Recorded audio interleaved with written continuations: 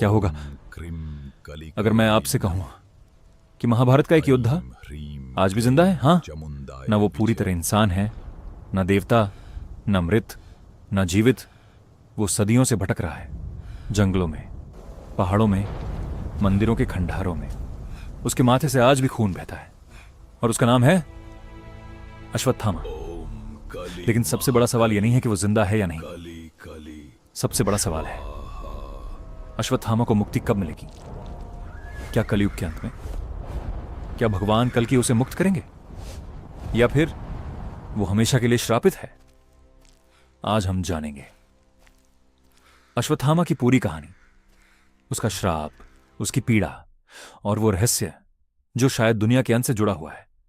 लेकिन अंत में मैं आपको एक ऐसी बात बताऊंगा जो शायद आपकी सोच पूरी तरह बदल देगी। तो इस कहानी को अंत तक जरूर सुनिए। महाभारत के सबसे खतरनाक योद्धाओं में से एक अश्वत्थामा गुरु द्रोणाचार्य का पुत्र था। कहा जाता है कि जब अश्वत्थामा का जन्म हुआ तो उसने घोड़े की तरह आवाज निकाली थी, इसीलिए उसका नाम पड़ा अश्वत्थामा। वो सिर्फ एक साधारण योद्धा नहीं था। कई ग्रंथों के अनुसार वो भगवान शिव का अंश माना जाता था। उसके माथे पर एक दिव्य मणि थी जिसके कारण उसे भूख, प्यास, बीमारी और राक्षसों से सुरक्षा मिलती थी। लेकिन बचपन से ही उसके अंदर एक आग थी, गरीबी की आग, क्योंकि उसके पिता द्रोणाचार्य इतने गरीब थे कि अश्वत्थामा को दूध तक नहीं मिल पाता था। एक कहानी के अनुसार बच्चे दूध पीते थे और अश्वत्थामा आटे को पानी में घोलकर पीता था। उस दिन उसके मन में जन्मा अपमान, क्रोध और शक्ति पाने की भयानक इच्छा। फिर आया महाभारत का युद्ध, जहां अश्वत्थामा ने कौरवों की ओर से युद्ध लड़ा। वो इतना शक्तिशाली था कि बड़े बड़े महारथी भी उससे डरते थे। लेकिन युद्ध के दौरान एक ऐसा क्षण आया जिसने उसकी जिंदगी हमेशा के लिए बदल दी। पांडव जानते थे कि जब तक द्रोणाचार्य जीवित हैं उन्हें हराना असंभव है। तब श्री कृष्ण ने एक योजना बनाई।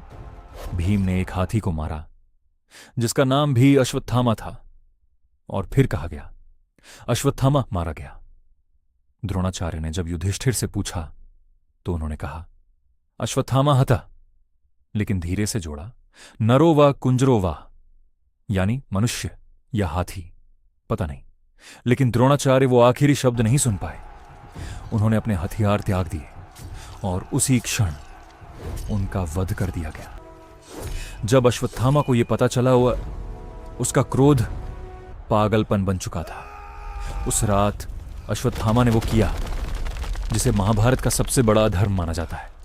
रात के अंधेरे में वो पांडवों के शिविर में घुस गया, लेकिन वहां पांडव नहीं थे, सो रहे थे उनके पुत्र उप पांडव। और क्रोध में अंधा हो चुका अश्वत्थामा एक एक करके सभी का वध कर देता है। सोचिए, सोते हुए बच्चों की हत्या। यहीं से शुरू हुआ उसके विनाश का असली अध्याय। जब द्रौपदी ने अपने पुत्रों के शव देखे, पूरा महल शोक में डूब गया। भीम अश्वत्थामा को मार देना चाहता था, लेकिन श्री कृष्ण जानते थे कि अश्वत्थामा के पास एक ऐसा अस्त्र है जो पूरी दुनिया को खत्म कर सकता है, ब्रह्मास्त्र। जब अश्वत्थामा को लगा कि अब उसका अंत निश्चित है, तो उसने ब्रह्मास्त्र चला दिया। कहा जाता है कि ब्रह्मास्त्र परमाणु बम से भी कई गुना विनाशकारी था। आसमान कांप उठा, धरती जलने लगी। तब अर्जुन ने भी ब्रह्मास्त्र चला दिया। 2 ब्रह्मास्त्र पूरी सृष्टि को नष्ट कर सकते थे। तब महर्षि वेदव्यास प्रकट हुए और दोनों से अस्त्र वापस लेने को कहा। अर्जुन ने अपना अस्त्र वापस ले लिया, लेकिन अश्वत्थामा वो अस्त्र वापस लेना जानता ही नहीं था। तब उसने ब्रह्मास्त्र को मोड़ दिया। अभिमन्यु की पत्नी उत्तरा के गर्भ की ओर, जहां भविष्य का राजा पल रहा था, परीक्षित, यानी पांडव वंश को खत्म करने की कोशिश। तभी श्री कृष्ण क्रोधित हो उठे और उन्होंने अश्वत्थामा को ऐसा श्राप दिया जिसे सुनकर आज भी रूह कांप जाती है। श्री कृष्ण ने कहा, तू हजारों वर्षों तक पृथ्वी पर भटकेगा। तेरे शरीर से खून और मवाद बहता रहेगा। तू लोगों से दूर, अकेला, पीड़ा में जिएगा। तुझे न मृत्यु मिलेगी, न शांति। फिर श्री कृष्ण ने उसके माथे से दिव्य मणि निकाल ली और उसी क्षण अश्वत्थामा अमर होकर भी सबसे बड़ा अभिशाप बन गया। सोचिए, मृत्यु नहीं, लेकिन जीवन भी नहीं। सदियों तक अकेलापन, ना परिवार, ना मित्र, ना सम्मान, बस दर्द, सिर्फ दर्द। भारत में आज भी कई लोग दावा करते हैं कि उन्होंने अश्वत्थामा को देखा है, कहीं मध्य प्रदेश के जंगलों में तो कहीं पुराने मंदिरों में। सबसे ज्यादा चर्चित नाम आता है असीरगढ़ किला। कहा जाता है कि यहां के शिव मंदिर में हर सुबह सबसे पहले पूजा कोई और नहीं, अश्वत्थामा करता है। लोगों ने दावा किया कि उन्होंने एक लंबे घायल व्यक्ति को देखा जिसके माथे से खून बह रहा था। हालांकि इन बातों का कोई वैज्ञानिक प्रमाण नहीं है, लेकिन रहस्य आज भी बना हुआ है। और शायद यही कारण है कि अश्वत्थामा आज भी भारत की सबसे रहस्यमयी कथाओं में से एक है। अब आता है सबसे बड़ा सवाल, अश्वत्थामा को मुक्ति कब मिलेगी? कुछ पुराणों और मान्यताओं के अनुसार जब कलयुग समाप्त होगा और भगवान कल की अवतार लेंगे, तब अश्वत्थामा उनकी सहायता करेगा।